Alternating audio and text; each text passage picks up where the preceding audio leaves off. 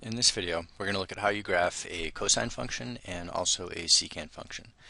Again, we're going to try and get a standard form, identify our phase shift, our period, and our amplitude, and then we'll build a graph. First thing we have to do, again, is get the standard form, which requires that I factor the coefficient of x out of the argument. So inside of the argument here, I'll factor out a 3. 3x is 3 times x, and to factor 3 out of pi over 2, I just need to divide it by 3.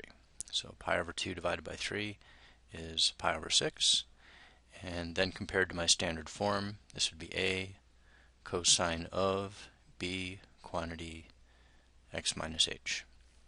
So from here I can see that a has to be equal to 2, b has to be equal to 3, and h has to be, so your negative h is negative pi over 6, so h is pi over 6 itself.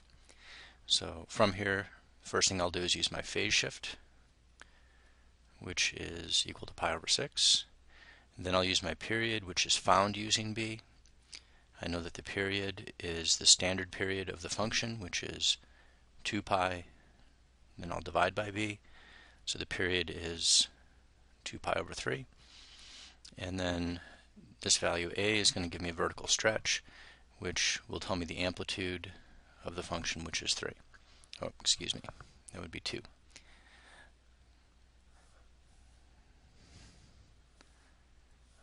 Showing off my skills here. Okay, the amplitude would be equal to 2. The other thing to note is that this negative that's in front is going to give me a reflection about the x-axis. So once I start to graph this, first thing I'm going to do is use the phase shift. The phase shift is pi over 6.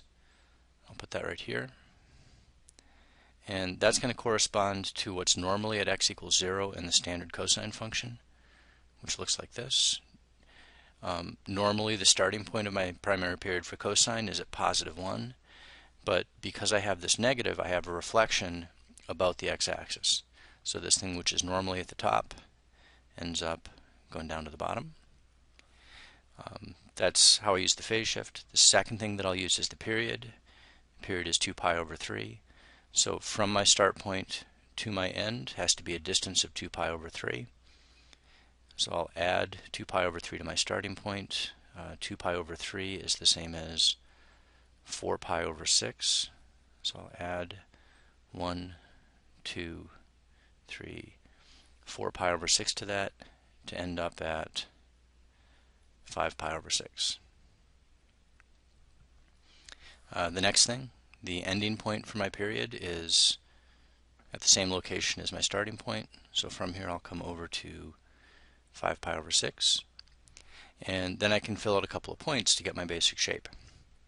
Halfway between these two maximum values, these are going to be the bottoms of valleys. Halfway between those I'll have the top of a hump, right here.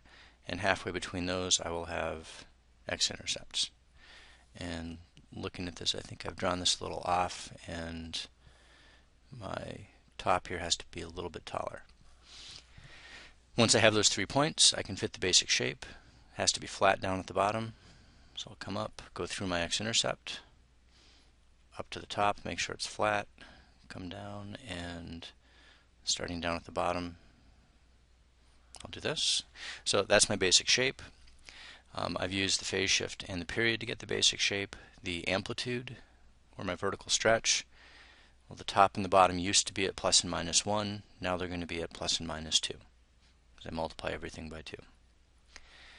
Last thing I have to do is fill out the values of my x-intercepts, top of the humps, bottom of the valleys, and to find this guy that's right in the middle, I can always take the average of the two endpoints. So I'll add them up. Pi over 6 plus 5 pi over 6 is 6 pi over 6. Halfway between is 3 pi over 6, or pi over 2.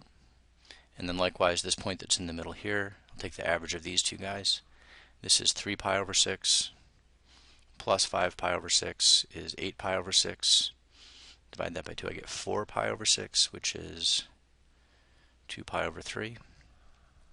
And back here, this guy will turn out to be pi over 3. Again, I would take the average of these two values. If that didn't make sense when I was doing that in my head, make sure that you write that out to figure out these values. So the next thing we can look at is how, instead of graphing the cosine function, we can graph a secant function.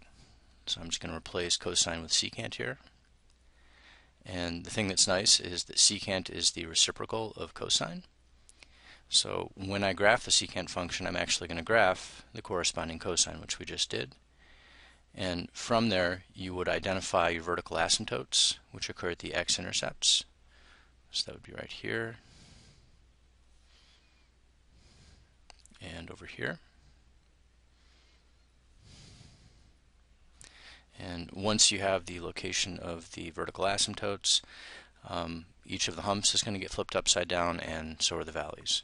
So in the middle, this guy is going to be flat in the middle, and then approach a vertical asymptote, approach the vertical asymptote.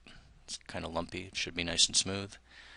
Over here, same deal, flip that upside down, and over here, flip this upside down. Okay, so that guy right there. And that would be the graph of the secant function.